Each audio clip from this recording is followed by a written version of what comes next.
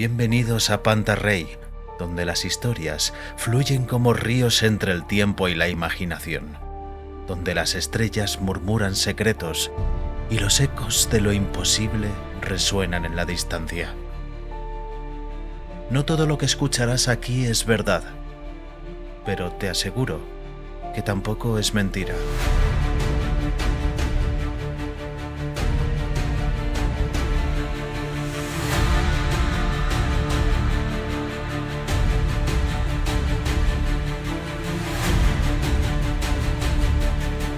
Pantarrey Audioficción presenta Gusanos de la Tierra.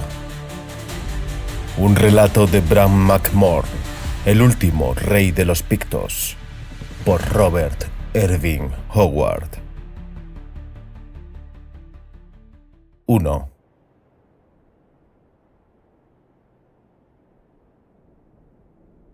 Golpead los clavos, soldados, y permitamos que nuestro invitado vea la realidad de nuestra buena justicia romana. El orador se arrebujó la capa púrpura alrededor de su poderoso físico y volvió a sentarse en su silla oficial, casi como si se hubiera sentado en su asiento del Circus Maximus para disfrutar del entrechocar de espadas de gladiador. La materialización del poder teñía cada uno de sus movimientos. Afilar el orgullo era necesario para la satisfacción romana, y Tifus Suya estaba merecidamente orgulloso, pues era el gobernador militar de Eboracum y solo respondía ante el emperador de Roma. En aquel momento, una sonrisa burlona curvó sus labios, incrementando la arrogancia de su aspecto altivo. De apariencia claramente militar, vestía la loriga de escamas doradas y la coraza adornada de su rango, con una corta espada punzante en el cinturón, y sostenía el yelmo plateado con cresta emplumada. Tras él permanecía en pie un grupo de impasibles soldados con escudo y lanza, titanes rubios de Rhineland. Ante él estaba teniendo lugar la escena que en apariencia le provocaba una satisfacción tan completa. Una escena bastante común a lo largo de las extensas fronteras de Roma. Una tosca cruz estaba tumbada sobre la tierra baldía, y sobre ella había atado un hombre, medio desnudo, de aspecto salvaje por sus miembros nervudos, ojos brillantes y mata de pelo enmarañado. Los verdugos eran soldados romanos que, con pesados martillos, se disponían a clavar las manos y los pies de la víctima a la madera con clavos de hierro. Solo un pequeño grupo de hombres presenciaba esta abominable escena en el temido lugar para ejecuciones, más allá de las murallas de la ciudad. El gobernador y su guardia personal, unos cuantos jóvenes oficiales romanos y el hombre a quien Suya se había referido como invitado, que permanecía como una estatua de bronce, sin hablar. Al lado del brillante esplendor del romano, el discreto atavío de este hombre parecía apagado, casi sombrío. Era moreno, pero no se asemejaba a los latinos de su alrededor. No había en él nada de la calidez, de la casi sensualidad oriental del Mediterráneo que coloreaba sus facciones. Los bárbaros rubios que estaban tras la silla de Suya eran tan distintos de sus facciones como lo eran las de los romanos. Sus labios no eran curvos y carnosos, ni sus rizados mechones recordaban a los de los griegos, ni su oscura complexión recordaba a la suave olivácea del sur. Más bien era la sombría oscuridad del norte. El aspecto global del hombre recordaba vagamente las sombrías neblinas, la oscuridad, los vientos fríos y helados de las desnudas tierras norteñas.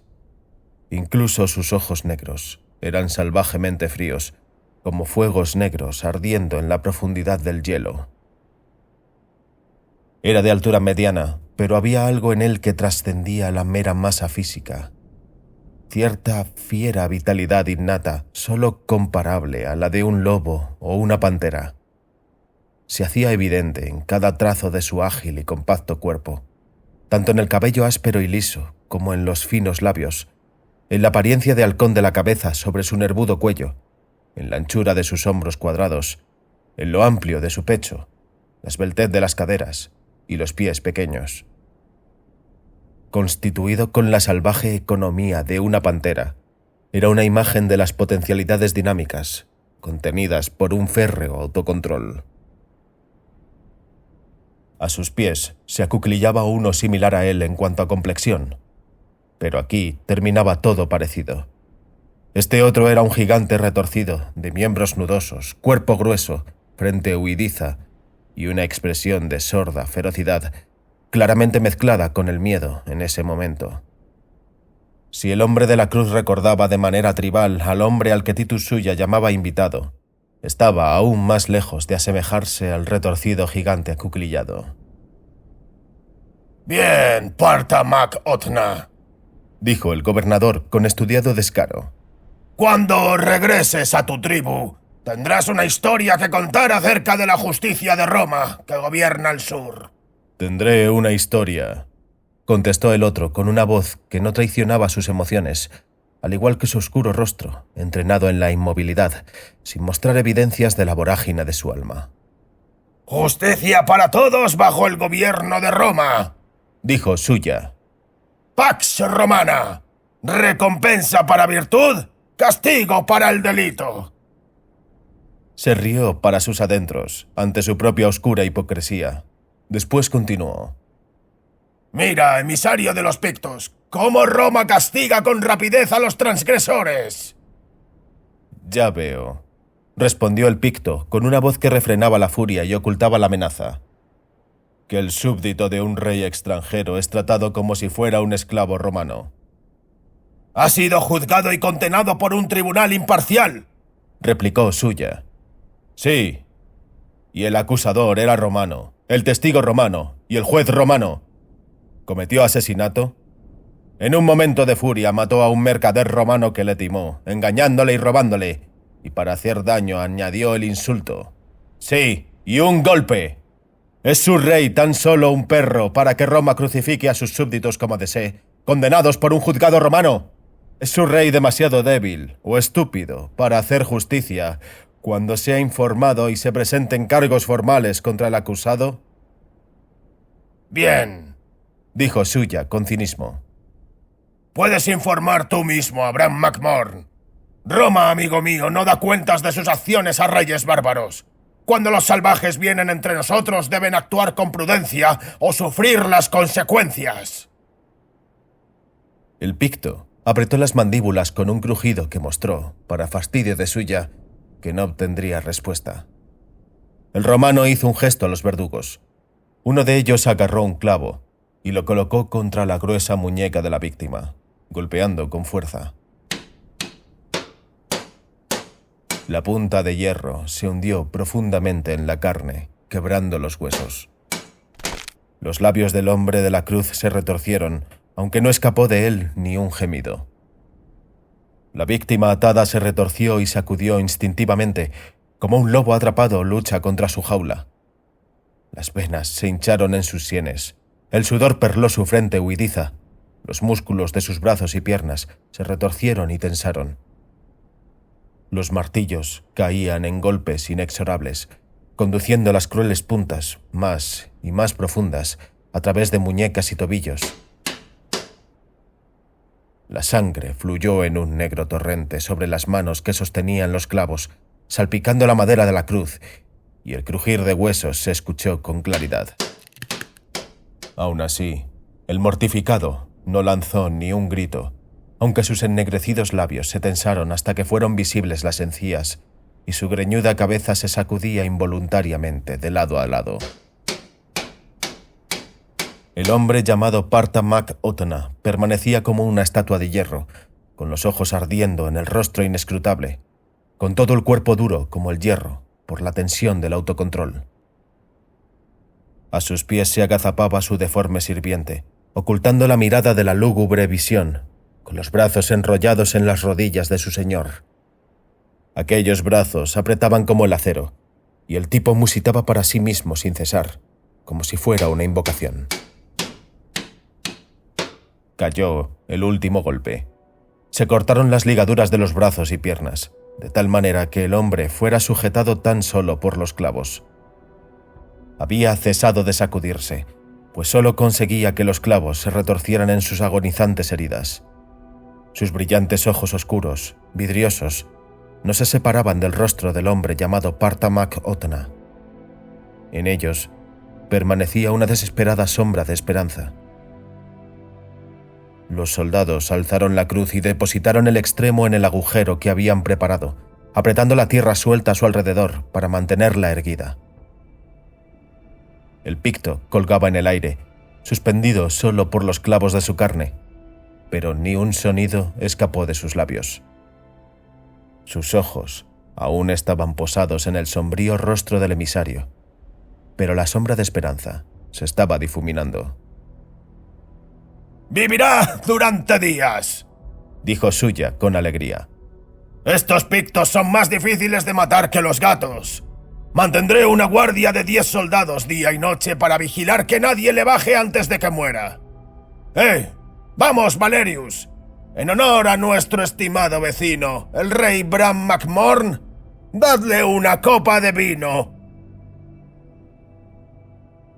El joven oficial se adelantó con una carcajada, sosteniendo una rebosante copa de vino, y alzándose de puntillas, la subió hasta los resecos labios del atormentado. En los oscuros ojos brilló una roja ola de odio inextinguible. Retorciendo la cabeza hacia un lado para evitar tocar incluso la copa, escupió de pleno en los ojos del romano. Con una maldición, Valerius dejó caer la copa al suelo, y antes de que nadie pudiera detenerle, desenfundó su espada y la enterró en el cuerpo del hombre. Suya se levantó con una imperiosa exclamación de furia.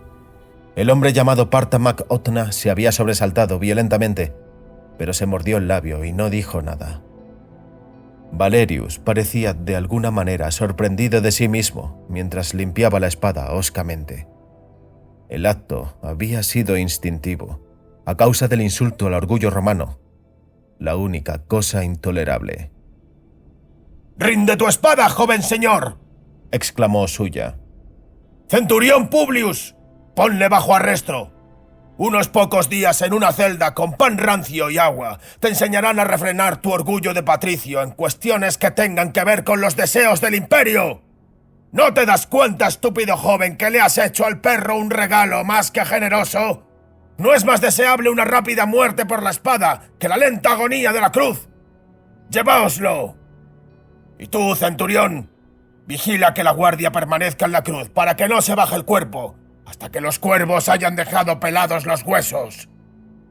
Parta Mac Otna, voy a un banquete de la casa de Demetrius. ¿Deseas acompañarme?» El emisario sacudió la cabeza, con los ojos fijos en la flácida forma que colgaba de la cruz salpicada de oscuro. No respondió. Suya sonrió con sarcasmo. Después se levantó y se marchó caminando, seguido por su secretario, que portaba la silla dorada con ceremonia, y por los estólidos soldados, entre quienes caminaba Valerius con la cabeza hundida. El hombre llamado Parta Mac Otna se colgó un amplio pliegue de su capa alrededor del hombro y detuvo la mirada un momento en la sombría cruz con su carga, oscuramente recortada contra el cielo carmesí, donde se estaban reuniendo las nubes nocturnas. Después se alejó con paso airado, seguido por su silencioso sirviente.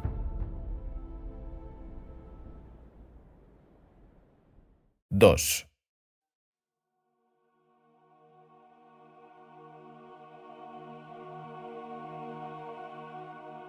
En una cámara en el interior de Boracum, el hombre llamado Parta Mac Otna caminaba ferozmente de un sitio a otro.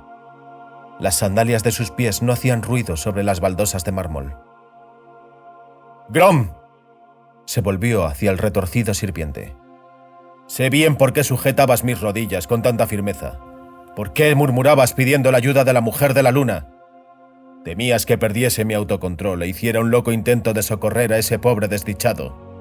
Por los dioses, creo que es lo que deseaba ese perro romano. Sus perros guardianes embutidos en hierro me vigilaban de cerca, lo sé. El cebo era más duro de soportar que de costumbre.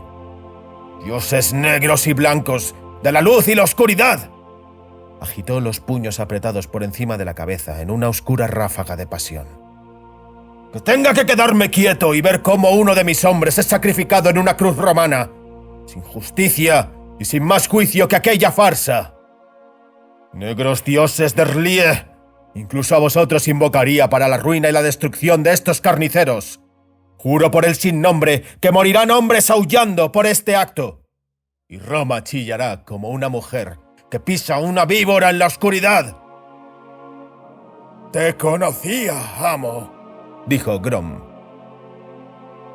El otro agachó la cabeza y se cubrió los ojos con un gesto de salvaje dolor. Sus ojos me perseguirán cuando yazca en el lecho de muerte. Sí, me conocía. Y casi hasta el final leí en su mirada la esperanza de que pudiera ayudarle. Dioses y demonios. ¿Va a sacrificar Roma a mi pueblo bajo mi misma mirada? ¡Entonces no soy un rey, sino un perro! No tan alto, en el nombre de todos los dioses, exclamó Grom con temor. Si esos romanos sospechasen que eres Bran Mak Morn, te clavarían en una cruz junto al otro. No tardarán en saberlo, respondió sombríamente el rey. Me he detenido aquí demasiado tiempo disfrazado de emisario, espiando a mis enemigos. Han pensado burlarse de mí estos romanos, enmascarando su desprecio y su desdén bajo un refinado sarcasmo. Roma es cortés con los embajadores bárbaros. Nos dan buenas casas en las que morar, nos ofrecen sus esclavos, consienten nuestra lujuria por las mujeres, el oro, el vino y el juego. Pero en todo momento se ríen de nosotros. Su misma cortesía es un insulto, y a veces, como hoy, el desprecio sale a la superficie. Me he percatado de su cebo. He permanecido imperturbablemente sereno y me he tragado sus estudiados insultos. Pero esto, por los demonios del infierno, esto va más allá de la resistencia humana. Mi gente vuelve la mirada hacia mí. Si les fallo tan siquiera uno, incluso los de menor rango del pueblo, ¿quién les ayudará? ¿A quién se dirigirán? Por los dioses, responderé a las mofas de estos perros romanos con negras flechas y acero afilado. ¿Y el jefe del penacho? Grom se refería al gobernador, y su voz gutural atronó con sed de sangre. ¿Morirá? Hizo aparecer un arma de acero. Bran frunció el ceño. Es más fácil decirlo que hacerlo. Morirá. Pero ¿cómo puedo llegar a él? Durante el día su guardia germánica se mantiene a su espalda. Por la noche vigilan puertas y ventanas.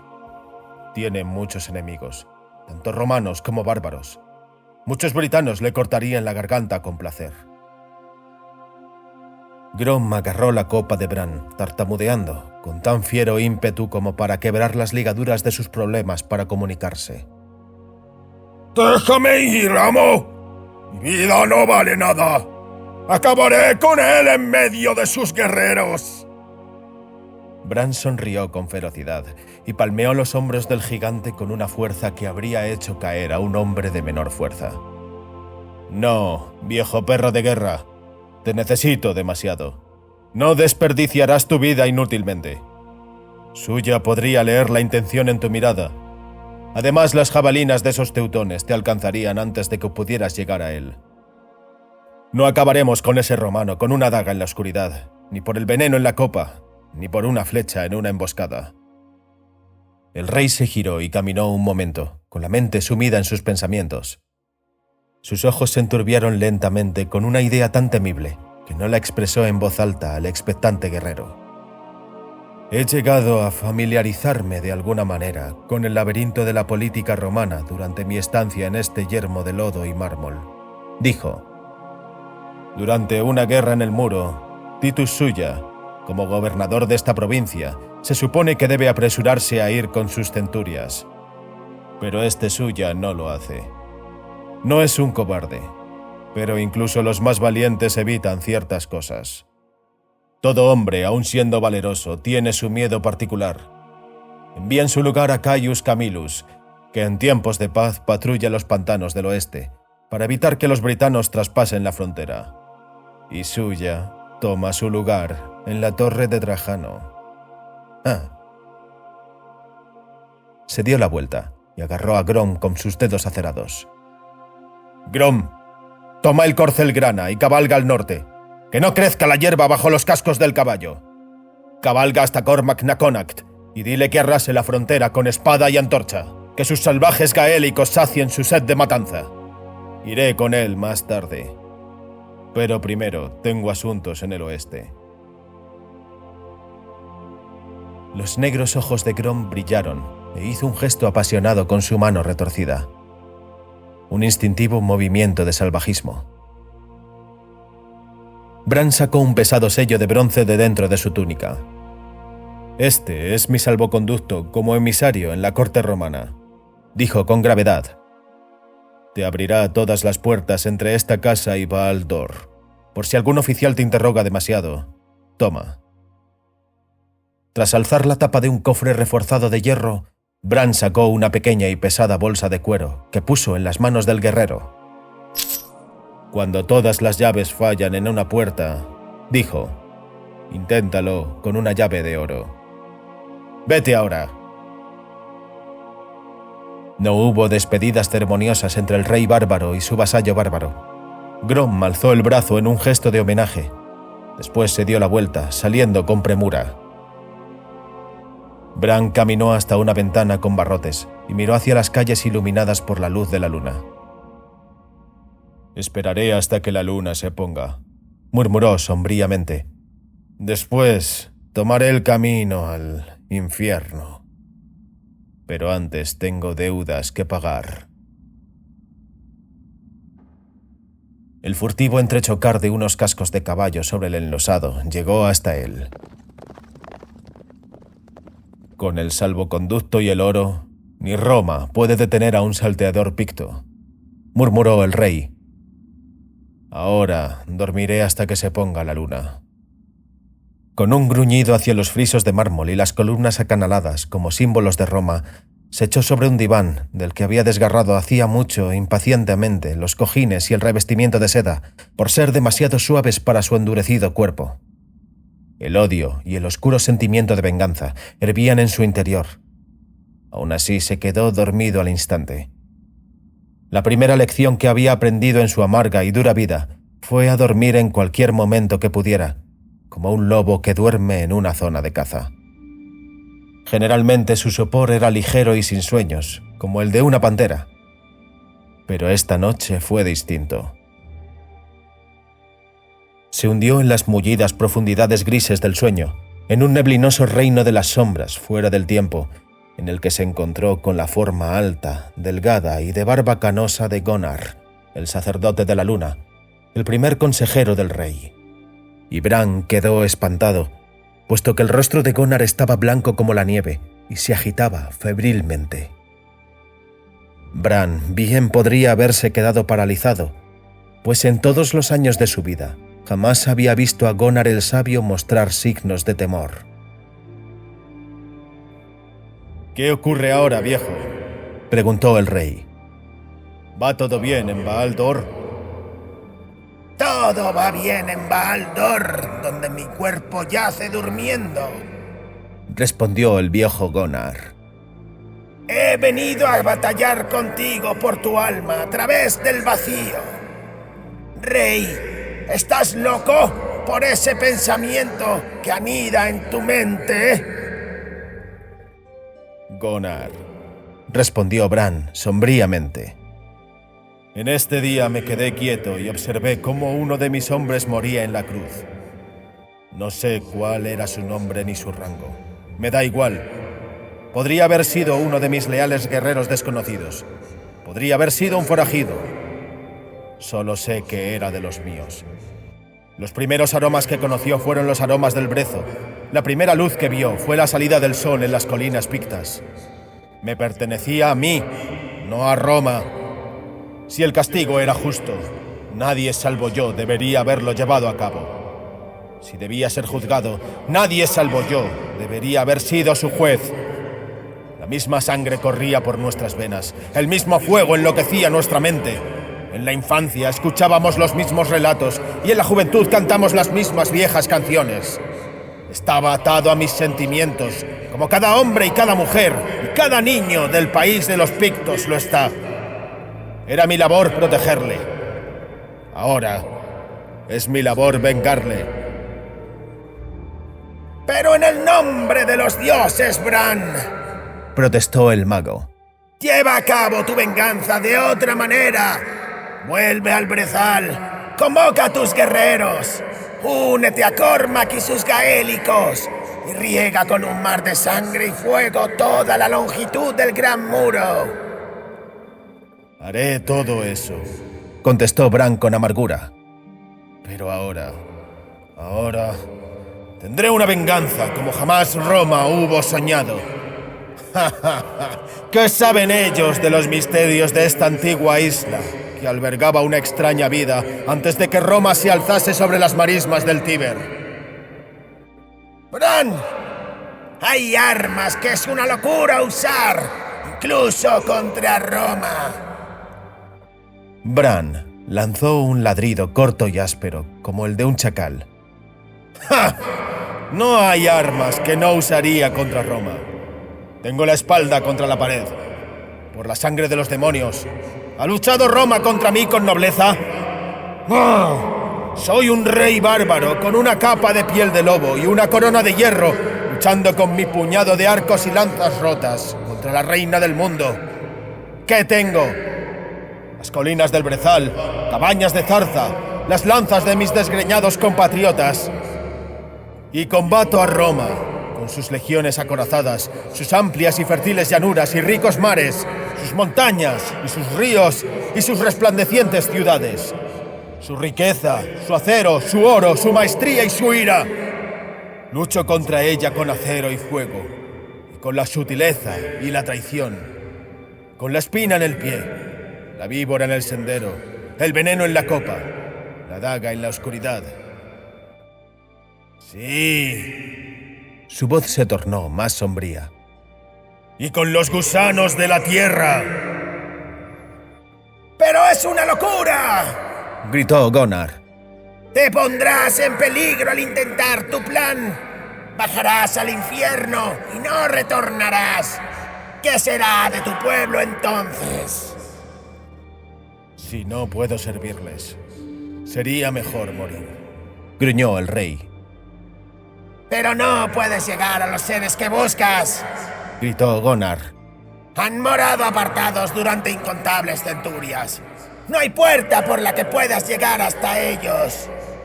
Hace mucho tiempo que cortaron las ligaduras que los ataban al mundo que conocemos. Hace mucho, respondió Bran sombríamente. Me contaste que nada en el universo está separado del río de la vida. Un dicho verdadero que a menudo he visto como evidente. Ninguna raza, ninguna forma de vida está separada del tejido, en algún modo, del resto de la vida y del mundo. En alguna parte hay una fina conexión entre aquellos que busco y el mundo que conozco. En alguna parte hay una puerta, y en alguna parte entre los sombríos pantanos del oeste la encontraré. Un desnudo horror inundó los ojos de Gunnar y respondió con un grito. ¡Infortunio! ¡Infortunio! ¡Infortunio para el país de los Pictos! ¡Infortunio para el reino no nacido! ¡Infortunio! ¡Negro infortunio para los hijos de los hombres! ¡Infortunio! ¡Infortunio! ¡Infortunio! ¡Infortunio! Bran se despertó en una habitación en sombras y con la luz de las estrellas atravesando la ventana con barrotes. La luna se había escondido a la vista, aunque su resplandor aún era débilmente visible por encima de los tejados de las casas. El recuerdo de su sueño le agitó y maldijo para sí mismo. Levantándose, se quitó la túnica y la capa. Se vistió con una oscura cota de malla y se colgó espada y puñal. Yendo de nuevo hasta el baúl con refuerzos de hierro, levantó varias bolsas compactas y vació su tintineante contenido en la bolsa de cuero de su fajín. Entonces, enrollándose su amplia capa alrededor, abandonó la casa en silencio. Ningún sirviente le estaba espiando. Había rehusado con impaciencia la oferta de esclavos que la política de Roma proveía a sus emisarios bárbaros. El nudoso Ogrom había atendido todas las simples necesidades de Bran. Los establos estaban frente al patio. Tras tantear durante un momento en la oscuridad, posó su mano sobre la nariz de un enorme semental que relinchó al reconocerle. Trabajando sin una luz, embridó y ensilló la enorme bestia y pasó desde el patio a una calle en sombras, guiándole. La luna se había puesto. El borde de las oscilantes sombras se ensanchaban a lo largo del muro occidental. El silencio se había apoderado de los palacios de mármol y las chozas de barro de Eboracum, bajo las frías estrellas. Bran se tocó la bolsa que llevaba en el fajín, que pesaba por el oro acuñado con el sello de Roma. Había venido a Eboracum haciéndose pasar por un emisario del país de los Pictos, para actuar como espía. Pero, al ser un bárbaro, no había sido capaz de representar su papel con la distante formalidad y la calmada dignidad. Mantenía un recuerdo tumultuoso de festines salvajes donde el vino manaba desde fuentes, de mujeres romanas de blancos pechos que, saciadas de amantes civilizados, parecían más que favorables a un viril bárbaro, de juegos de gladiadores y de otros juegos donde el dado rodaba y tintineaba y grandes sumas de oro cambiaban de manos. Había bebido profusamente y apostado temerariamente, según la costumbre de los bárbaros, y había tenido una notable racha de suerte, a pesar de la indiferencia con la que ganaba o perdía el oro. El oro, para los pictos, era como el polvo que se derramaba entre sus dedos. En su tierra no era necesario, pero había aprendido sobre su poder en las lindes de la civilización. Casi bajo la sombra del muro noroeste, vio sobresalir la gran torre de vigilancia por delante de él, que estaba conectada y apoyada contra el muro exterior. Una esquina de la almenada fortaleza, la más alejada del muro, servía como mazmorra. Bran dejó su caballo en un callejón oscuro, con las riendas sueltas sobre el suelo, y penetró con tanto sigilo como un lobo al acecho en las sombras de la fortaleza.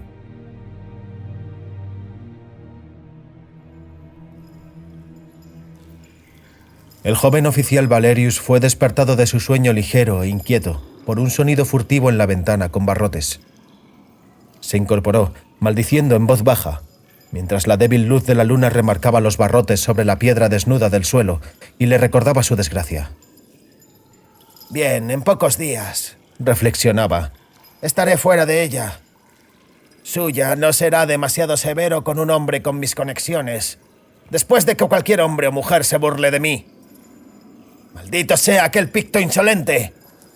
Pero un momento», pensó repentinamente, recordando. ¿Qué era ese sonido que me había despertado?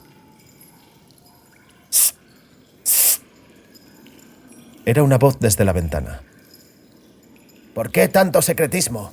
Difícilmente será un enemigo. Aunque ¿por qué habría de ser un amigo? Valerius se levantó y cruzó la celda, acercándose a la ventana. En el exterior todo estaba en penumbra, a la luz de las estrellas, y tan solo percibió una sombra borrosa cerca de la ventana. ¿Quién eres? Se inclinó para acercarse a los barrotes, forzando la vista en la oscuridad. La respuesta fue un gruñido como la risa de un lobo y el destello del acero a la luz de las estrellas. Valerius cayó hacia atrás desde la ventana y se estrelló contra el suelo, aferrándose la garganta con un horrible gorjeo mientras trataba de lanzar un grito. La sangre se derramaba entre sus dedos, formando un charco alrededor de su cuerpo crispado, que reflejaba la tenue luz de las estrellas, con un tono rojizo y apagado. Afuera, Bran se alejó escabulléndose como una sombra, sin detenerse a mirar dentro de la celda. Un minuto más y los guardias doblarían la esquina en su rutina regular. Incluso ahora escuchaba el calculado caminar de sus pies claveteados. Antes de que aparecieran a la vista se había desvanecido, y se agruparon, imperturbables, junto a la ventana de la celda, sin sospechar que un cadáver yacía en el suelo del interior. Bran cabalgó hasta la pequeña puerta del muro occidental sin ser molestado por la guardia nocturna. ¿Qué miedo iban a tener de una invasión extranjera a Eboracum? y ciertos ladrones y secuestradores de mujeres bien organizados hacían que para la guardia fuera muy rentable no ser demasiado vigilantes. Pero el único guardia de la puerta occidental, sus compañeros yacían ebrios en un burdel cercano, alzó la lanza y le berreó a Bran para que se detuviese y dijera quién era. El picto cabalgó en silencio hasta acercarse. Oculto por la capa de oscuridad, al romano le pareció tan borroso e indeterminado que solo fue consciente del centelleo de sus ojos en la oscuridad. Pero Bran alzó la mano contra la luz de las estrellas y el soldado captó el destello del oro. En la otra mano vio un largo resplandor de acero. El soldado comprendió y no dudó en la elección entre un soborno en oro o una lucha a muerte con un jinete desconocido que era aparentemente un bárbaro de algún tipo. Bajó la lanza con un gruñido y abrió la puerta. Bran cabalgó a través de ella, lanzando un puñado de monedas al romano. Cayeron alrededor de sus pies como una lluvia dorada, resonando contra las baldosas. Se inclinó con avaricia para recogerlas, y Bran McMorn cabalgó hacia el oeste como un espectro, deslizándose en la noche.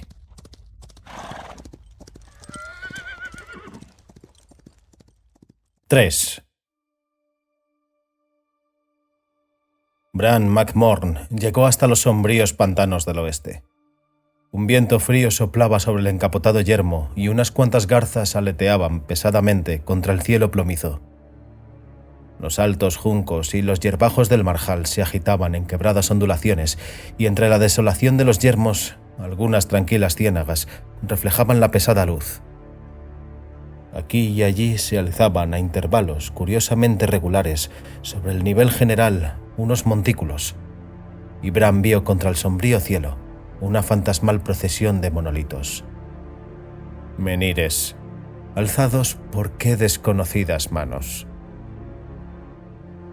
Como una borrosa traza azul, hacia el oeste se encontraban las laderas que más allá del horizonte se elevaban hasta convertirse en las salvajes montañas de Gales, donde aún moraban salvajes tribus célticas, hombres de fieros ojos azules que no conocían el yugo de Roma. Una hilera de torres de vigilancia bien guarnecidas les mantenía a raya. Incluso ahora, lejos de los páramos, Bran distinguió la inexpugnable fortaleza que los hombres llamaban la Torre de Trajano. Estos estériles baldíos parecían el sombrío triunfo de la devastación, aunque no carecían por completo de vida humana. Bran se encontró con los silenciosos hombres de los pantanos, reticentes, de ojos y cabellos oscuros, que hablaban una extraña mezcla de lenguas cuyos elementos entremezclados hacían mucho habían perdido sus prístinas fuentes propias. Bran reconoció cierta afinidad consigo mismo en aquellas gentes, pero les contempló con el desdén de un patricio de pura sangre por la gente de razas mestizas. No es que la gente común de Caledonia fuera de pura sangre. Tenían el fornido cuerpo y los enormes miembros de alguna primitiva raza teutónica que se había abierto paso hacia el extremo norte de la isla incluso antes de que la conquista celta de Britania se hubiera completado y hubiesen sido absorbidos por los celtas. Pero los caudillos del pueblo de Bran mantenían su sangre intacta desde el comienzo de los tiempos, y él mismo era un picto pura sangre de la vieja raza. Pero aquellos hombres de los pantanos, sometidos sucesivamente por los conquistadores britanos, gaélicos y romanos, habían adquirido la sangre de cada uno, y en el proceso casi habían olvidado su lengua original y su linaje. La raza de la que provenía Bran era muy antigua, pues se había extendido por Europa occidental en un vasto imperio oscuro, antes de la llegada de los arios, cuando los ancestros de los celtas, los helenos y los germanos eran un solo pueblo original, antes de los días de su disgregación tribal y su migración al oeste. Tan solo en Caledonia, musitaba Bran, había resistido su gente la marea de la conquista aria. Había oído hablar de un pueblo picto llamado vasco, que entre los peñascos de los Pirineos decían ser una raza inconquistable. Pero él sabía que habían pagado tributo durante centurias a los ancestros de los gaélicos, antes de que aquellos conquistadores celtas abandonaran sus reinos montañosos y desplegaran velas hacia Irlanda. Solo los pictos de Caledonia permanecieron libres y se habían disgregado en pequeñas tribus enemistadas. Él era el primero al que se conocía como rey en 500 años, el comienzo de una nueva dinastía. No, el renacer de una antigua dinastía bajo un nuevo nombre. Entre los mismos colmillos de Roma tenía sus sueños imperiales. Vagabundeó a través de los pantanos buscando una puerta. No dijo nada acerca de su búsqueda a los hombres de ojos oscuros de las ciénagas. Le contaron las noticias que corrían de boca en boca. Una historia sobre guerra en el norte, del son de las gaitas de guerra a lo largo del serpenteante muro, de hogueras arracimadas en el brezal, de llama y humo y rapiña y de espadas gaélicas saciándose en el carmesí de la matanza. Las águilas de las legiones se estaban moviendo hacia el norte, y la antigua carretera resonaba con el paso acompasado de los pies revestidos de hierro. Y Bran, en los pantanos del oeste, se reía, muy complacido. En Eboracum, Titus Suya dio la orden secreta de buscar al emisario picto con nombre gaélico que había caído bajo sospecha y que se había desvanecido la noche en la que el joven Valerius fue encontrado muerto en su celda, con la garganta desgarrada. Suya sintió que este súbito estallido de la llama de la guerra en el muro estaba conectado estrechamente con la ejecución del condenado criminal picto, y puso a su red de espías a trabajar, aunque estaba seguro de que Partan Mac Otna estaba en ese momento más allá de su alcance. Se preparó para salir de Boracum, pero no acompañaría a la considerable fuerza de legionarios que había enviado al norte. Suya era un hombre valiente, pero cada hombre tenía su propio temor, y el de Suya era Cormac Naconat, el príncipe gaélico de pelo oscuro que había jurado arrancar el corazón del gobernador y comérselo crudo. Así que Suya cabalgó con su omnipresente guardia personal hacia el oeste, donde estaba la torre de Trajano, con su belicoso comandante, Caius Camillus, quien disfrutaba como con ninguna otra cosa, tomando el lugar de su superior cuando las rojizas olas de la guerra bañaban los pies del muro. Unos políticos arteros, pero el legado de Roma raramente visitaba la lejana isla, y gracias a su riqueza e intrigas, Titus Suya era el mayor poder en Britania. Y Bran, que sabía todo esto, aguardó con paciencia su llegada en una choza desierta que había tomado como morada. Un atardecer grisáceo, mientras atravesaba a pie los marjales, una adusta figura oscuramente recortada contra el tenue fuego carmesí del anochecer, sintió la increíble antigüedad de la tierra durmiente, mientras caminaba como el último hombre tras el final del mundo. Así, finalmente, vio señales de vida humana. Una choza grisácea de zarza y barro, situada en un recodo lleno de juncos del pantano. Una mujer le saludó desde la puerta abierta, y los serios ojos de Bran se estrecharon por una oscura sospecha. La mujer no era vieja, aunque la maligna sabiduría de las edades se reflejaba en sus ojos. Sus ropas eran andrajosas y escasas. Sus negros rizos se enredaban despeinados, proporcionándola un aspecto de salvajismo en consonancia con los alrededores. Sus labios encarnados se reían, pero no había alegría en su risa, solo una traza de burla, y tras los labios, sus dientes se mostraban afilados y puntiagudos como colmillos. «Entrad, señor», dijo. «si no teméis compartir el techo de la bruja en Dagon Mor». Bran entró en silencio y se sentó sobre un banco roto, mientras la mujer se ocupaba de la escasa comida que se estaba cocinando sobre un fuego en el miserable hogar. Él estudió sus ágiles y serpenteantes movimientos. Las orejas eran casi puntiagudas, los ojos amarillentos, extrañamente sesgados. «¿Qué buscáis en los pantanos, mi señor?», preguntó, volviéndose hacia él con un elástico giro de todo su cuerpo. «Busco una puerta», respondió, con la barbilla apoyada sobre el puño. «Tengo una canción que cantar a los gusanos de la tierra». Se enderezó de golpe, y una jarra se le cayó de las manos para hacerse añicos sobre el hogar. Unas palabras dañinas, incluso dichas al azar. Tartamudeó. No las he dicho por casualidad, sino con intención, respondió él. Ella sacudió la cabeza. No sé lo que queréis decir. Lo sabes bien, replicó. Sí, lo sabes muy bien. Mi raza es muy antigua.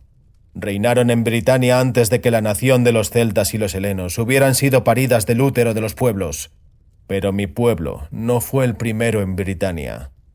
Por las manchas de tu piel, por lo sesgado de tus ojos, por las marcas de tus venas, hablo con total conocimiento e intención. Ella permaneció durante un momento en silencio, con los labios sonrientes, pero con el rostro inescrutable.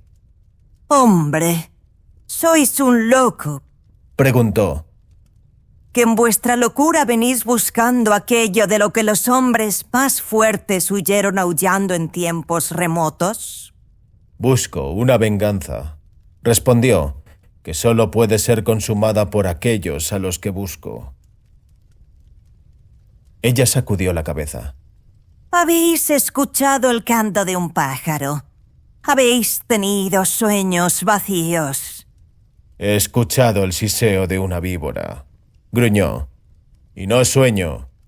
Basta de tejer palabras. Vengo en busca de un nexo entre dos mundos. Lo he encontrado. No necesito mentiros más, hombre del norte. Respondió la mujer. Aquellos a los que buscas moran bajo las durmientes colinas. Se han alejado más y más del mundo que conocéis. Pero aún merodean por la noche para apoderarse de las mujeres que se quedan en los páramos, dijo él, con la mirada fija en sus ojos sesgados. Ella se rió con malicia. ¿Qué queréis de mí? Que me lleves hasta ellos. Ella echó la cabeza hacia atrás con una carcajada de desdén. Su mano izquierda se apretó como el hierro sobre la pechera de la escasa ropa de ella, y la diestra se acercó a su empuñadura. Ella se rió en su cara. Golpea y condénate, mi lobo del norte. ¿Piensas que una vida como la mía es tan dulce que me aferraría a ella como un bebé al pecho? Su mano se apartó. Tienes razón. Las amenazas son una estupidez. Compraré tu ayuda. ¿Cómo? La risueña voz zumbó con burla. Bran abrió su bolsa y dejó caer sobre su palma huecada una corriente de oro. Más riqueza de la que los hombres del pantano hayan soñado jamás. Ella se rió de nuevo. ¿Qué es para mí ese rumbroso metal? Guárdalo para alguna mujer romana de pechos blancos que jugará a traicionar por ti. ¡Nombra un precio!, urgió. ¡La cabeza de un enemigo! Por la sangre de mis venas, con su herencia de un odio ancestral. ¿Quién es mi enemigo salvo tú? Ella se rió y, saltando, golpeó como un gato. Pero su daga se partió sobre la malla que había bajo la túnica y se la quitó con encima de un desdeñoso giro de la muñeca, que la lanzó desbaratada sobre el suelo cubierto de hierba. Allí, tirada, se rió de él. Te daré un precio entonces, mi lobo. Y puede que en los días que están por venir maldigas la armadura que quebró la daga de Atla. Se levantó y se acercó a él. Sus perturbadoramente largas manos se cerraron con furia sobre su túnica. Te lo diré, Bran el Negro, rey de Caledonia. Te conocí cuando llegaste a mi choza, con tu pelo negro y tus fríos ojos. Te guiaré hasta las puertas del infierno si lo deseas. Y el precio serán los besos de un rey. ¿Cómo ha sido mi maldita y amarga vida? Yo, Aquí los hombres detestan y temen. No he conocido el amor de los hombres, el abrazo de unos brazos fuertes, el ardor de besos humanos. Yo, Atla, la mujer lobo de los pantanos.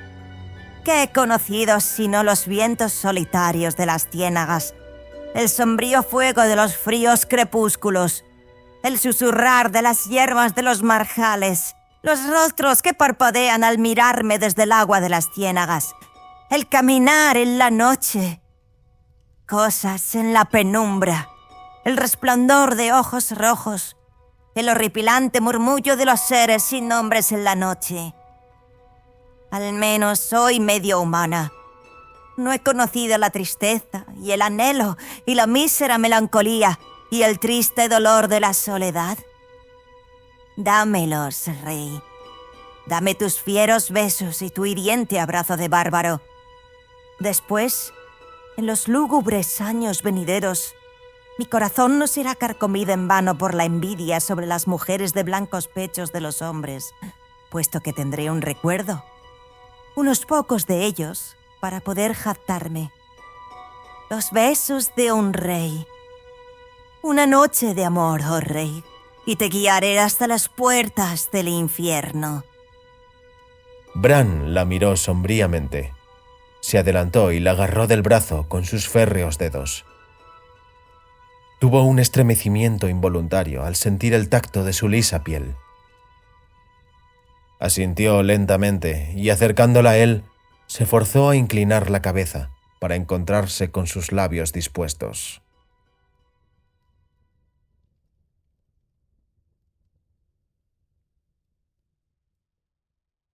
4.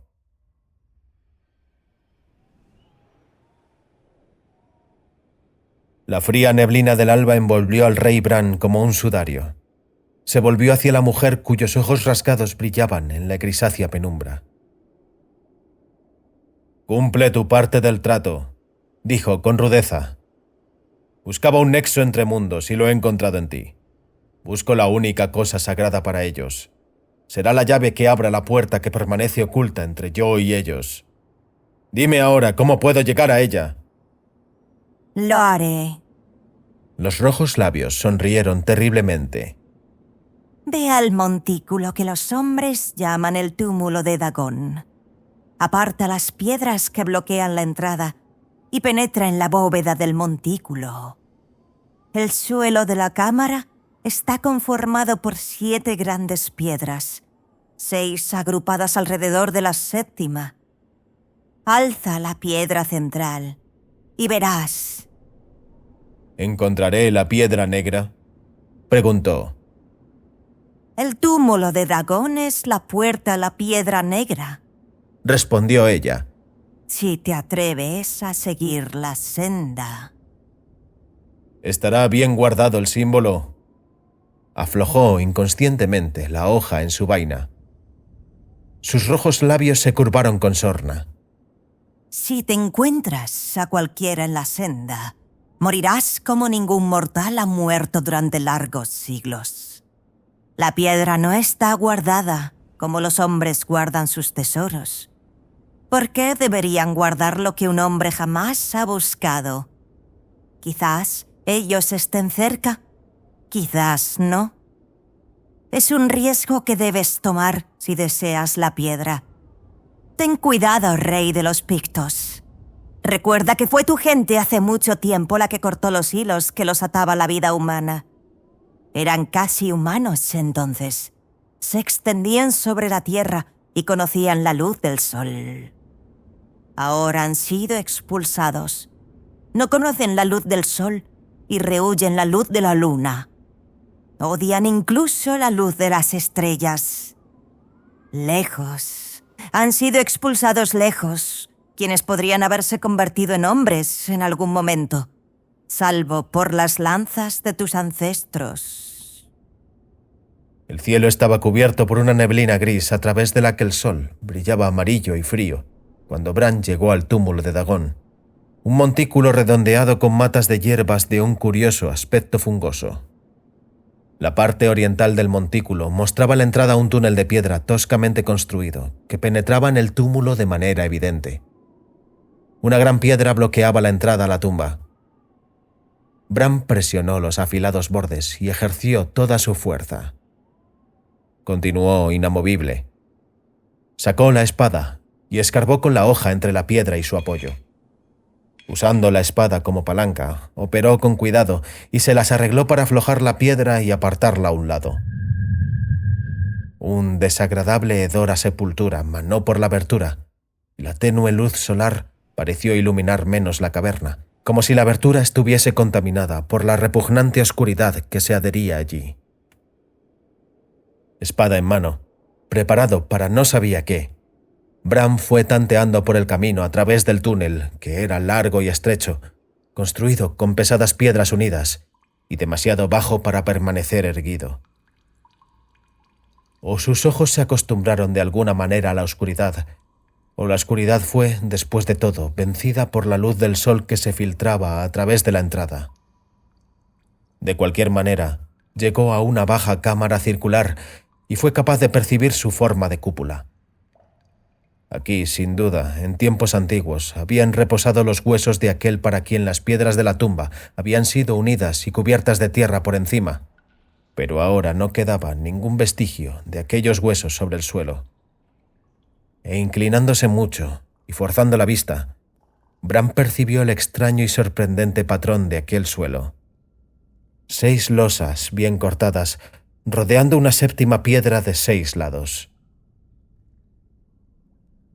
Introdujo la punta de su espada en una grieta y la separó con cuidado. El borde de la piedra central se inclinó ligeramente hacia arriba. Un poco de esfuerzo y la alzó para apoyarla contra la pared curva. Forzando la mirada hacia abajo, solo distinguió la enorme negrura de un pozo oscuro, con pequeños y desgastados escalones que se dirigían hacia el fondo y desaparecían de la vista. No dudó. A pesar de que la piel entre sus hombros se estremecía curiosamente, se sumergió en el abismo y sintió cómo la tenaz negrura se lo tragaba. Tanteando hacia abajo, sintió cómo sus pies resbalaban y se tambaleaban sobre los escalones, demasiado pequeños para pies humanos. Mantuvo el equilibrio con una mano apretada fuertemente contra el lateral del pozo, evitando la caída hacia las profundidades desconocidas y sin iluminar. Los escalones estaban tallados en la roca viva, aunque estaban muy desgastados. Cuanto más avanzaba, menos parecían escalones, sino meras protuberancias de piedra erosionada. Entonces, la dirección del pozo cambió abruptamente. Aún descendía, pero con una inclinación menor que le permitía caminar con los codos apoyados contra los laterales de la oquedad y la cabeza inclinada bajo el techo arqueado. Los escalones se habían terminado totalmente y la piedra parecía limosa al tacto, como la guarida de una serpiente. ¿Qué seres, se preguntó Bran, se habían deslizado arriba y abajo por ese túnel oblicuo? ¿Y durante cuántos siglos? El túnel se estrechó hasta que Bran encontró demasiada dificultad para meterse por él. Se tumbó sobre la espalda y se ayudó con las manos, con los pies por delante. Aunque sabía que se estaba hundiendo más y más profundo en las entrañas de la tierra, no se atrevió a considerar cuán lejos estaba por debajo de la superficie. Entonces, por delante, un débil resplandor fantasmal tiñó la negrura abismal. Sonrió despiadadamente y sin alegría. Si ellos caían súbitamente sobre él, ¿cómo podría luchar en un corredor tan estrecho? Pero había dejado el sentimiento de temor tras él cuando comenzó este infernal desafío. Continuó arrastrándose, sin pensar en otra cosa que en su objetivo. Y finalmente llegó a un vasto espacio donde podía mantenerse en pie. No podía ver el techo del lugar, pero tuvo una sensación de vertiginosa inmensidad. La negrura le oprimía desde todas partes, y tras él podía ver la entrada al corredor del que acababa de salir, un pozo oscuro en la negrura. Pero frente a él, un extraño fulgor espeluznante relucía alrededor de un siniestro altar construido con calaveras humanas. No podía determinar la fuente de aquella luz, pero sobre el altar se encontraba un siniestro objeto negro como la noche. La piedra negra. Bran no perdió tiempo en dar las gracias porque los guardianes de la siniestra reliquia no estuvieran cerca. Alzó la piedra y, sujetándola bajo el brazo izquierdo, se arrastró por el corredor. Cuando un hombre da la espalda al peligro, su húmeda amenaza se cierne con más horror que cuando se avanza de frente a ella. Así pues, Bran, reptando de vuelta por el tenebroso pasadizo con su abominable recompensa, sintió la oscuridad cernirse sobre él y escabullirse tras él, sonriendo con colmillos goteantes. Un sudor frío perló su cuerpo y apuró lo mejor de sus habilidades, forzando el oído por si algún sigiloso sonido traicionaba las sombras que estaban tras él. Le recorrieron fuertes estremecimientos a pesar de todo, y el vello de su nuca se erizó como si un viento frío soplara a su espalda. Cuando alcanzó el primero de los pequeños escalones, sintió como si hubiese alcanzado las fronteras exteriores del mundo mortal. Los subió, tambaleándose y resbalando, y con un profundo suspiro de alivio salió a la tumba, cuya penumbra espectral parecía el brillo del mediodía, en comparación con las profundidades estigias que acababa de atravesar.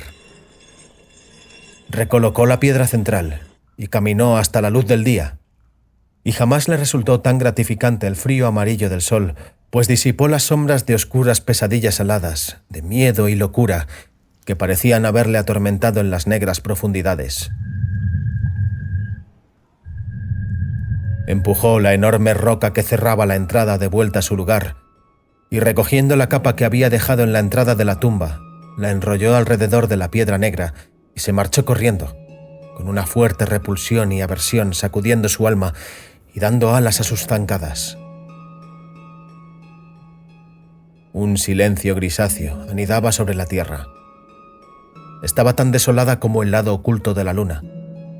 Aún así, Bran sintió el latir de la vida, bajo sus pies, en la tierra parda, durmiendo.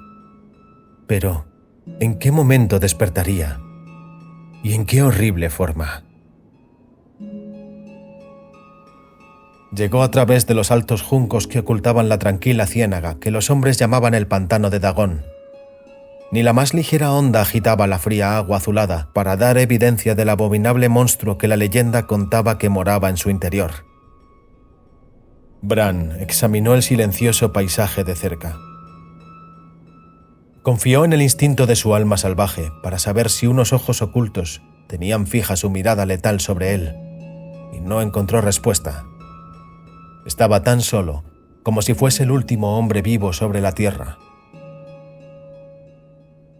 Desenvolvió con rapidez la piedra negra y mientras yacía en sus manos como un sólido bloque de oscuridad, no trató de aprender el secreto de su composición ni examinar los crípticos caracteres tallados a su alrededor.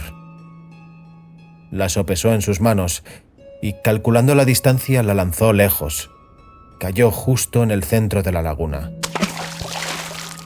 Una plomiza salpicadura y las aguas se cerraron sobre ella. Hubo un momento de brillantes destellos en el lecho del lago. Después, la superficie azulada se extendió plácida y sin alteraciones de nuevo.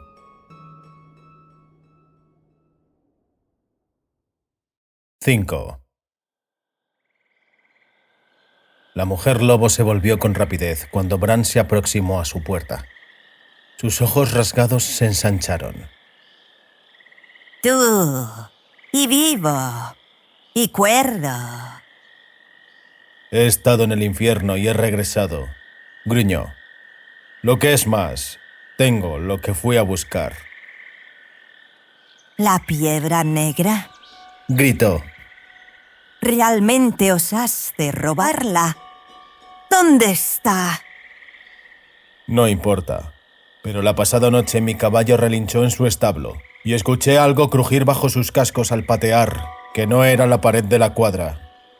Y había sangre en sus cascos cuando fui a ver. También sangre sobre el suelo del establo. Y escuché sonidos furtivos en la noche y ruidos bajo la tierra de mi suelo, como si unos gusanos estuvieran escarbando en lo profundo de la tierra. Ellos saben que robé su piedra. Me has traicionado. Ella sacudió la cabeza. Guardo tu secreto. Ellos no necesitan mi palabra para conocerte. Cuanto más lejos se han retirado del mundo de los hombres, más han crecido sus poderes en sorprendentes formas. Algún amanecer, tu choza parecerá vacía, y los que se atrevan a investigar no encontrarán nada, excepto pedazos de tierra sobre el polvo del suelo. Bran lanzó una sonrisa terrible.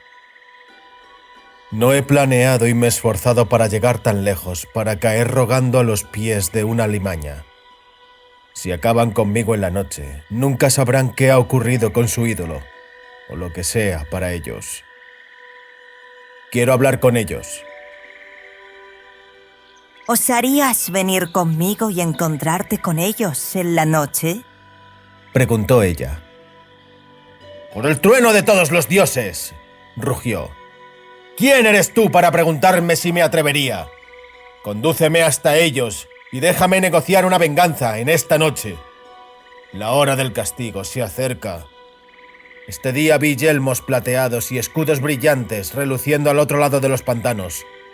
El nuevo comandante ha llegado a la torre de Trajano y Caius Camillus ha marchado al muro. Aquella noche el rey fue a través de la oscura desolación de las marismas, con la silenciosa mujer lobo. La noche era tan espesa y silenciosa como si la tierra yaciera en un antiguo sueño. Las estrellas tintineaban vagamente, meros puntos rojizos que se abrían paso a través de la silenciosa penumbra. Su resplandor era más tenue que el brillo de los ojos de la mujer que estaba atada al rey.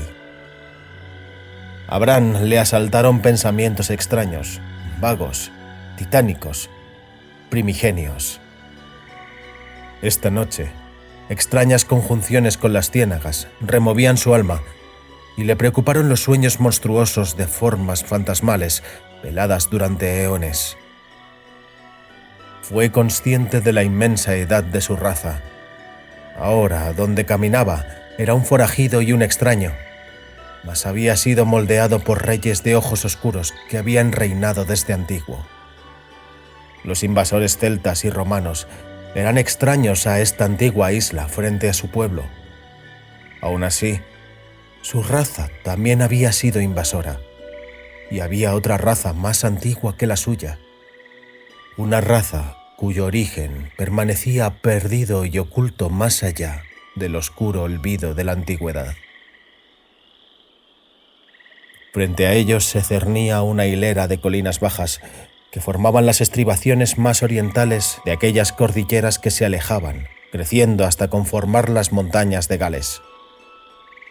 La mujer le condujo por lo que podría haber sido un camino de cabras y se detuvo ante la amplia y oscura entrada de una cueva. Una puerta hacia aquellos a los que buscas, oh rey. Su risa resonó, repleta de odio, en la oscuridad. ¿Osarás entrar? Los dedos de él se cerraron entre sus enmarañados rizos y le sacudió la cabeza, con furia. «Pregúntame una vez si me atreveré», gruñó, «y tu cabeza y hombros dejarán de estar juntos. ¡Condúceme!». Su risa fue como un dulce veneno mortal. Entraron a la cueva y Bran entrechocó pedernal y acero. El resplandor de la yesca le mostró una amplia caverna polvorienta en cuyo techo colgaban racimos de murciélagos. Extendió una antorcha y, alzándola, exploró el sombrío escondrijo, sin ver más que polvo y vacío. «¿Dónde están?», gruñó. Ella le señaló hacia la parte trasera de la caverna y se apoyó contra la ruda pared, como si fuera por casualidad. Pero la aguda mirada del rey captó el movimiento de sus manos, apretando con fuerza una protuberancia. Él retrocedió, mientras un negro pozo redondeado se abrió súbitamente a sus pies. De nuevo su risa le golpeó como un afilado cuchillo de plata. Sostuvo la antorcha sobre la abertura y, de nuevo, vio desgastados escalones descendiendo. Ellos no necesitan de esos escalones, dijo Atla. Una vez lo hicieron, antes de que tu pueblo les empujara a la oscuridad. Pero tú los necesitarás. Ella introdujo la antorcha en un nicho junto al pozo, y ésta arrojó una débil luz rojiza sobre la oscuridad de más abajo. Le hizo gestos, señalando el pozo, y Bran aflojó la espada y descendió hacia el pasadizo. Mientras descendía hacia el misterio de la oscuridad, la luz se ocultó por encima de él, y pensó durante un instante que Atla había tapado la abertura de nuevo. Entonces se dio cuenta de que ella descendía tras él. No fue un descenso largo. Bran sintió sus pies sobre el suelo sólido de manera abrupta. Atla se deslizó a su lado y permaneció en el atenuado círculo de luz que bajaba desde el pasadizo. Bran no podía ver los límites del lugar al que habían llegado. Muchas cuevas en estas colinas, dijo Atla, con la voz soñando empequeñecida y extrañamente quebrada en la inmensidad. Son solo puertas hacia cuevas mayores que se encuentran por debajo. Al igual que las palabras y los escritos del hombre, son solo pequeñas indicaciones de las oscuras cavernas, de los turbios pensamientos que yacen por debajo y más allá. Y ahora Bran fue consciente de un movimiento en la penumbra. La oscuridad estaba repleta de ruidos furtivos, distintos a los producidos a los pies humanos. Unas chispas comenzaron a resplandecer y flotar abruptamente en la oscuridad, como parpadeantes luciérnagas. Se acercaron hasta él hasta rodearle en una amplia media luna, y más allá del anillo brillaban otras chispas, un sólido mar de ellas, difuminándose en las sombras, hasta que las más lejanas no eran más que diminutos puntos luminosos. Y Bran supo que eran los ojos rasgados de los seres que habían venido a él, en un número tal que su mente daba vueltas al contemplarlo y la enormidad de la caverna. Ahora que estaba frente a sus enemigos ancestrales, Bran no conoció el miedo. Sentía las oleadas de la terrible amenaza que emanaba de ellos, el espeluznante odio, la inhumana amenaza para cuerpo, mente y alma. Más que un miembro de una raza menos antigua, fue consciente de su posición, pero no tuvo miedo, aunque se enfrentaba al horror definitivo de los sueños y leyendas de su raza. Su sangre palpitaba con furia, pero era con la ardiente excitación del riesgo, no impulsada por el temor. Saben que tienes la piedra, oh rey, dijo Atla, y aunque él sabía que ella tenía miedo, aunque sentía su esfuerzo físico para controlar sus miembros temblorosos, no hubo titubeos de temor en su voz. Estás en peligro mortal. Conocen a tu estirpe hace mucho. Recuerdan los días en que sus ancestros eran hombres. No puedo salvarte. Ambos moriremos como ningún humano ha muerto desde hace 10 siglos. Háblales si lo deseas. Pueden comprender tu lengua, aunque puede que tú no entiendas la suya. Pero no te servirá. Eres humano y picto. Bran se rió, y el círculo de fuego que se cernía sobre él retrocedió ante el salvajismo de su risa. Desenvainando su espada con un rechinar de acero que helaba el alma, apoyó la espalda contra lo que esperaba fuese una pared de roca sólida. Se enfrentó a los ojos brillantes con la espada empuñada en la mano derecha y el puñal en la izquierda. Se rió como gruñe un lobo sediento de sangre. «Sí», gruñó, «soy un picto, un hijo de aquellos guerreros que empujaron a vuestros bestiales ancestros como la paja ante la tormenta, quienes inundaron la tierra con vuestra sangre y alzaron vuestras calaveras como sacrificio a la mujer luna. Vosotros que huisteis hace tanto ante mi raza, ¿osáis ahora gruñir a vuestro señor? Cubridme como una inundación si os atrevéis. Antes de que vuestros colmillos viperinos absorban mi vida, segaré vidas como si fueran trigo maduro. Con vuestras cabezas cortadas construiré una torre y con vuestros cadáveres retorcidos alzaré un muro. Perros de la oscuridad, demonios del infierno, gusanos de la tierra, avanzad y tentad mi acero. Cuando la muerte me encuentre en esta oscura caverna, vuestros supervivientes aullarán por las veintenas de sus muertos y vuestra piedra negra estará perdida para siempre, puesto que solo yo sé dónde está oculta y ni todos los torturadores del infierno podrían arrancar el secreto de mis labios. Después, sintió un tenso silencio. Bran se enfrentó a los destellos en la oscuridad como un lobo, acorralado, esperando la carga. A su lado, la mujer acobardada, con los ojos brillantes. Entonces, desde el silencioso anillo que se cernía más allá de la tenue luz de la antorcha, se alzó un abominable murmullo indefinido. Bran, aun estando dispuesto a cualquier cosa, se sorprendió. Dioses, ¿era esa el habla de las criaturas que una vez fueron llamadas hombres? Atla se puso rígida, escuchando con atención. De sus labios surgieron las mismas sílabas abominables y Bran, aunque ya conocía el espeluznante secreto de su ser, supo que no podría volver a tocarla, salvo con la aversión en el alma.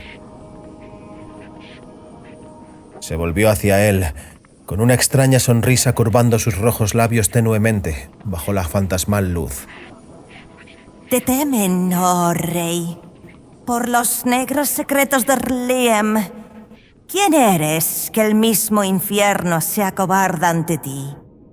No tu acero, sino la cruel ferocidad de tu alma ha introducido un inusual temor en sus mentes extrañas. Pagarán cualquier precio por recuperar la piedra negra. Bien. Bran envainó sus armas.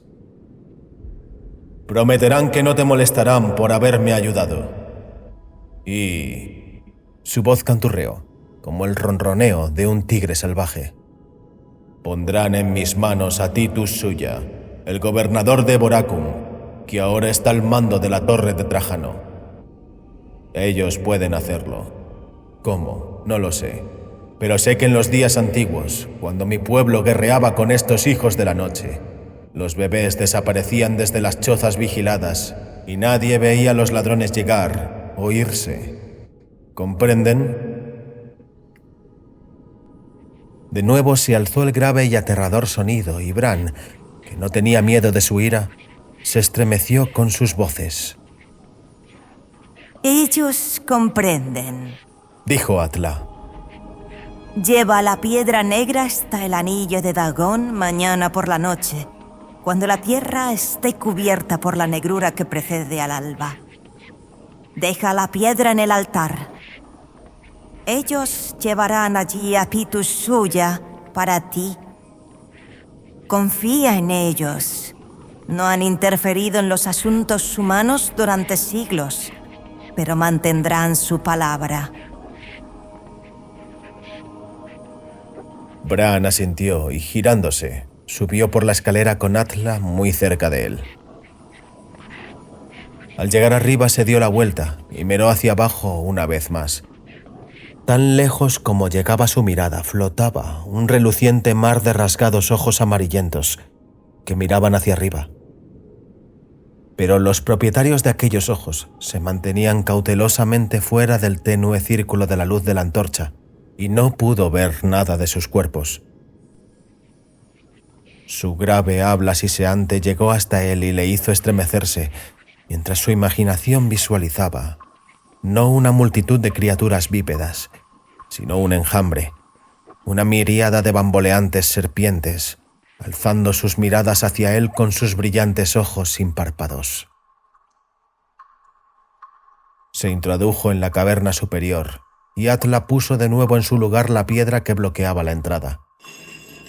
Se ajustaba la entrada del pasadizo con sorprendente precisión. Bran fue incapaz de distinguir ninguna grieta en el aparentemente sólido suelo de la caverna. Atla hizo un movimiento para extinguir la antorcha, pero el rey la detuvo. «Manténla así hasta que salgamos de la cueva», gruñó. «Podemos tropezar con alguna víbora en la oscuridad». La odiosamente dulce risa de Atla se alzó enloquecida sobre la iluminada penumbra.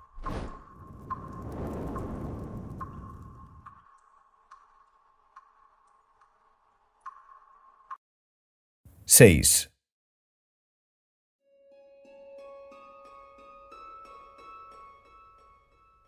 No fue hasta cerca de la caída del sol cuando Bran llegó de nuevo a la laguna poblada de juncos del pantano de Dagón. Arrojando la capa y el cinturón de la espada al suelo, se despojó de sus cortos pantalones de cuero. Después sujetó su puñal desenvainado entre los dientes y se introdujo en el agua con la suave facilidad de una foca. Nadando con energía, llegó hasta el centro del pequeño lago y, girándose, se dirigió hacia abajo. El pantano era más profundo de lo que había pensado. Parecía que nunca alcanzaría el fondo y cuando lo hizo, sus manos lograron encontrar al tacto lo que buscaba. Un rugido en los oídos le advirtió y nadó hasta la superficie.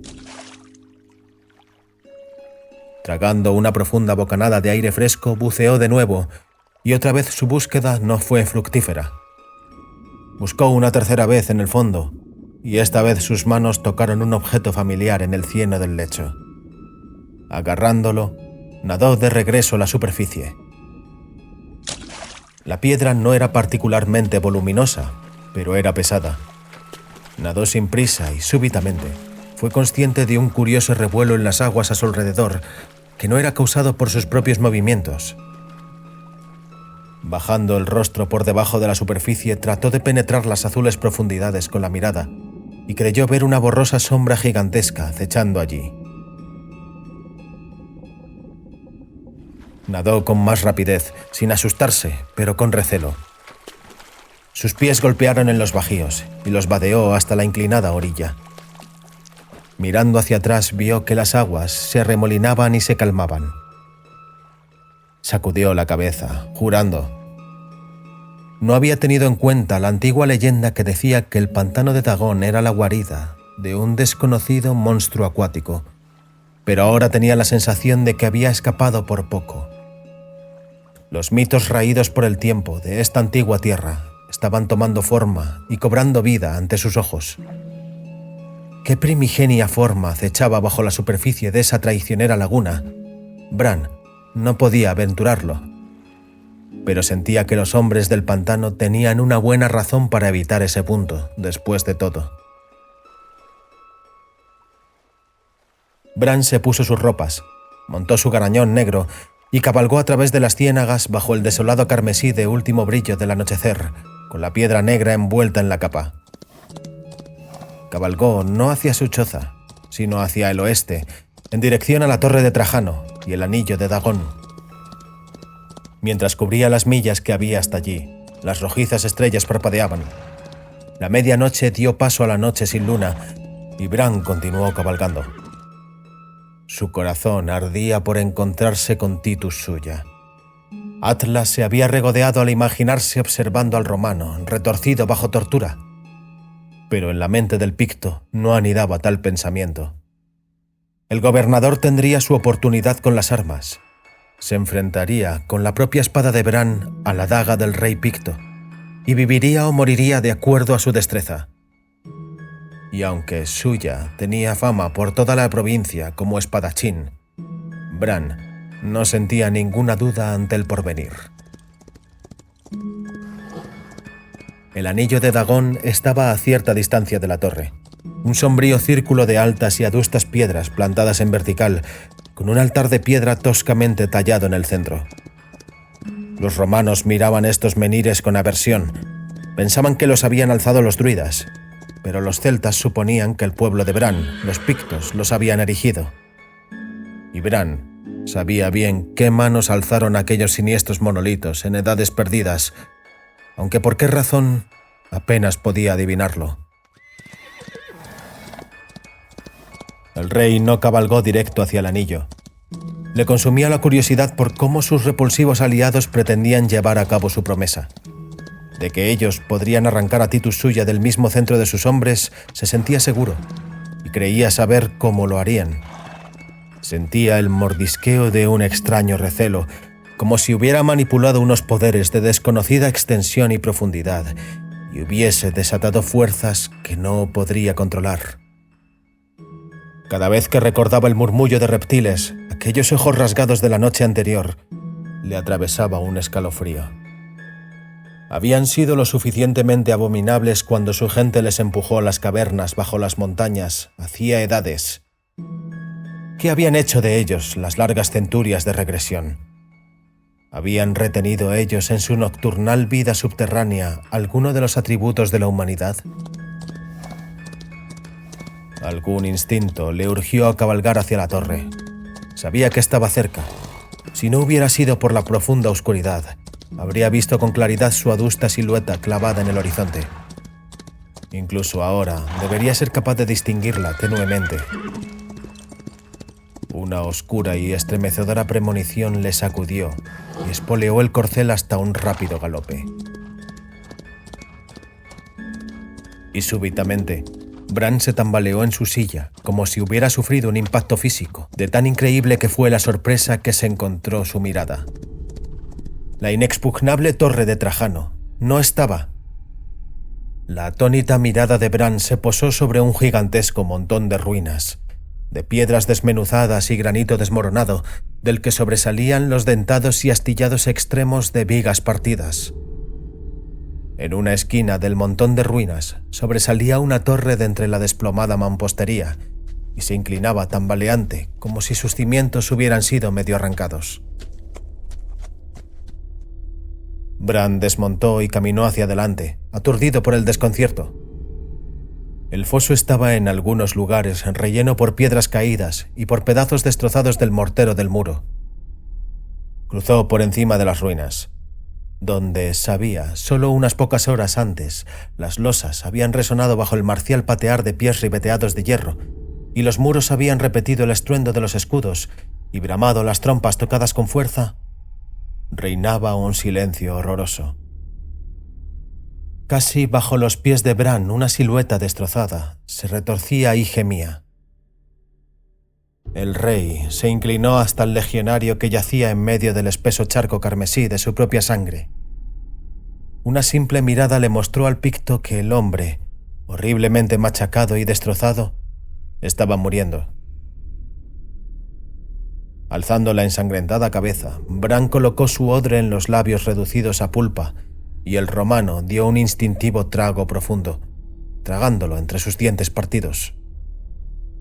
Bajo la tenue luz de las estrellas, Bran vio cómo sus ojos vidriosos giraban. «Los muros cayeron», murmuró el hombre caído. «Se desplomaron como si los cielos cayeran el día del juicio. ¡Ah, Júpiter! De los cielos llovieron fragmentos de granito y piedras de mármol». No he sentido la sacudida de ningún terremoto. Bran frunció el ceño, desconcertado. «No fue un terremoto», murmuró el romano. «Comenzó antes del último ocaso. El débil sonido de arañazos y garras profundos bajo la tierra. Nosotros, los que estábamos de guardia, lo escuchamos, como ratas excavando o como gusanos agujereando la tierra.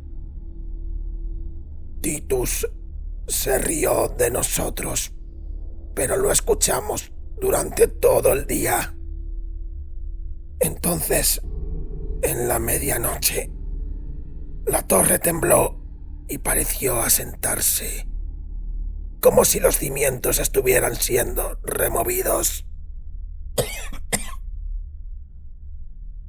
Un estremecimiento sacudió a Bran Mak Morn.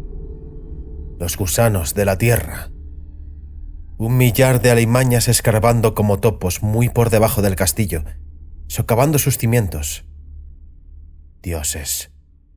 La tierra debía ser un hormiguero de túneles y cavernas. Aquellas criaturas eran incluso menos humanas de lo que había pensado. ¿Qué abominables formas de la oscuridad había invocado en su ayuda? ¿Qué le ha ocurrido a Titus Suya?, preguntó, sosteniendo de nuevo el odre en los labios del legionario. En aquel momento el romano caído le parecía casi como un hermano. Cuando la torre se estremeció, escuchamos un espantoso grito desde la cámara del gobernador, murmuró el soldado. Nos precipitamos hacia allí. Mientras echábamos la puerta abajo, escuchamos sus alaridos. Parecieron desvanecerse en las entrañas de la tierra. Entramos. La cámara estaba vacía. Su espada, manchada de sangre, yacía sobre el suelo. Y sobre las baldosas de piedra del suelo se abría un negro agujero. Entonces, las torres vacilaron. El tejado destrozado a través de tormenta, muros resquebrajándose. Me arrastré.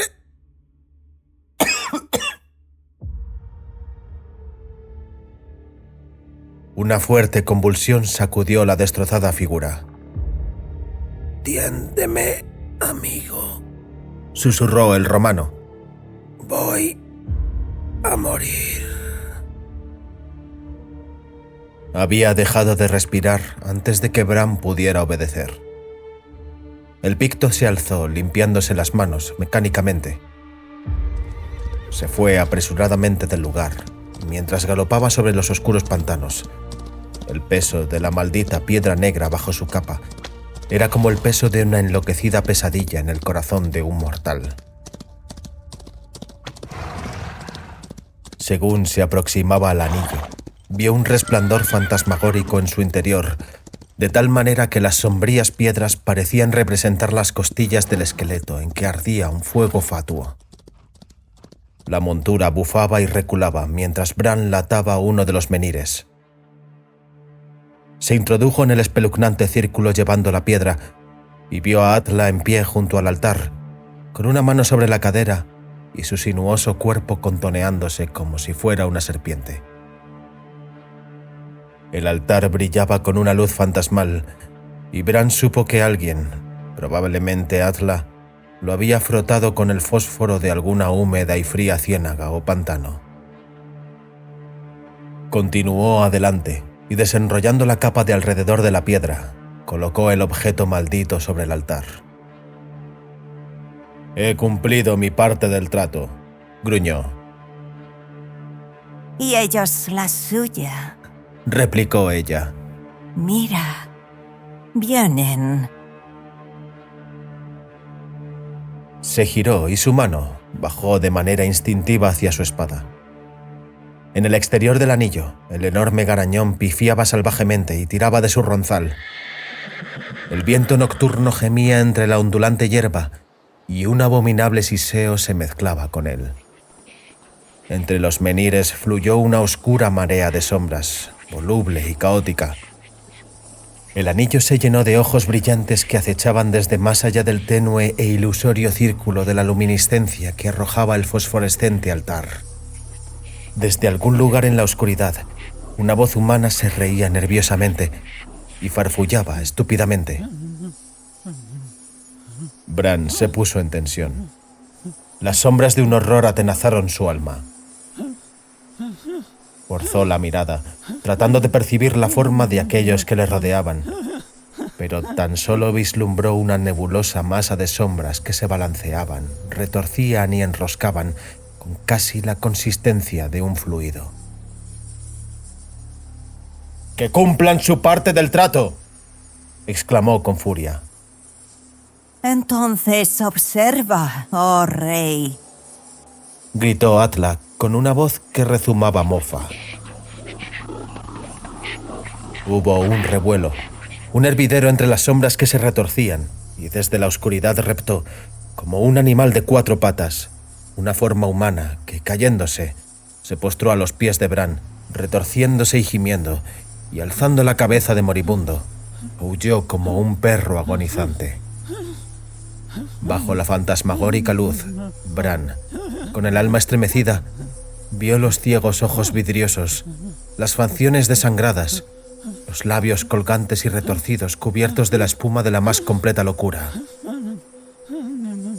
Dioses, esto era Titus Suya, el orgulloso señor de la vida y la muerte en la orgullosa ciudad de Boracum. Bran desnudó su espada. Había pensado en dar este golpe como venganza, dijo sombríamente. Lo doy como clemencia. ¡Vale, César! El acero lanzó un destello bajo la luz fantasmal y la cabeza de Suya rodó hasta el pie del brillante altar, donde se quedó mirando hacia arriba al ensombrecido cielo. No le han herido. La odiosa risa de Atla quebró el enfermizo silencio. Fue lo que vio y lo que llegó a conocer lo que le destrozó la mente. Como toda su raza de pies de plomo, no sabía nada de los secretos de esta antigua tierra. Esta noche ha sido arrastrado por los más profundos abismos del infierno, donde incluso tú te habrías estremecido. Afortunados los romanos, que no saben nada de los secretos de esta maldita tierra, rugió Bran. Con sus lagunas repletas de monstruos, sus repugnantes brujas y sus cavernas ocultas y reinos subterráneos donde proliferan en la oscuridad las sombras del infierno. ¿Y son ellos más nauseabundos que un mortal que busca su ayuda? Gritó Atla con un alarido de temerosa alegría. ¡Dales su piedra negra! Una aversión catastrófica sacudió el alma de Bran con una furia carmesí. Sí, tomad vuestra maldita piedra, rugió, agarrándola del altar y estrellándola entre las sombras con tal salvajismo que crujieron huesos bajo su impacto. Un atropellado alboroto de espeluznantes murmullos se alzó y las sombras se agitaron. Un segmento de la masa se apartó durante un instante y Bran gritó con feroz repulsión. Aunque solo captó un fugaz atisbo de la cosa, tuvo una breve impresión de una cabeza ancha y extrañamente aplanada, cuyos labios colgaban retorcidos, dejando al descubierto colmillos curvos y afilados, y un cuerpo enano, abominablemente deforme que parecía moteado, en el que destacaban aquellos ojos de reptil que no parpadeaban. Dioses. Los mitos le habían preparado para un horror de aspecto humano, un horror inducido por un semblante bestial y una deformidad atrofiada. Pero esto era el horror de la pesadilla y la noche. ¡Volved al infierno y llevaos vuestro ídolo con vosotros!, chilló, blandiendo los puños cerrados a los cielos, mientras las espesas sombras retrocedían, retirándose de él como las ponzoñosas aguas de una negra inundación. Vuestros ancestros eran hombres, aunque extraños y monstruosos. Pero dioses, os habéis convertido en la abominación que mi pueblo os llamaba con desprecio. ¡Gusanos de la tierra! ¡Regresad a vuestros agujeros y madrigueras! ¡Ensuciáis el aire y dejáis sobre la limpia tierra la viscosidad de las serpientes en las que os habéis convertido! Gunnar estaba en lo cierto. Hay formas demasiado infames para ser usadas, incluso contra Roma. Salió del anillo como un hombre huye del tacto de una serpiente de cascabel y desató el caballo. Junto a él, Atlas estaba riendo con una risa chillona y temerosa. con todos los atributos de humanidad desaparecidos de ella como una capa en la noche. Rey del país de los Pictos. Gritó. Rey de los locos. ¿Te estremeces por una cosa tan nimia? Quédate y déjame mostrarte los verdaderos frutos de las ciénagas. ¡Huye, estúpido! ¡Huye! Pero estás manchado por la corrupción. Les has invocado y ellos lo recordarán. Y en su momento volverán a ti de nuevo. Él aulló una maldición sin palabras y la golpeó con la mano abierta en la boca. Ella se tambaleó con la sangre manando de sus labios, pero con su maligna carcajada aún creciendo en intensidad. Bran se subió a la silla, deseando con locura el limpio brezal y las frías montañas azules del norte, donde podría hundir su espada en la limpia matanza y su alma enferma en el carmesí torbellino de la batalla, y olvidar el horror que le había acechado desde debajo de los pantanos del oeste. Dio rienda suelta al enloquecido semental y cabalgó a través de la noche, como un fantasma de cacería, hasta que la infernal risa de la aullante mujer lobo se desvaneció en la oscuridad a su espalda.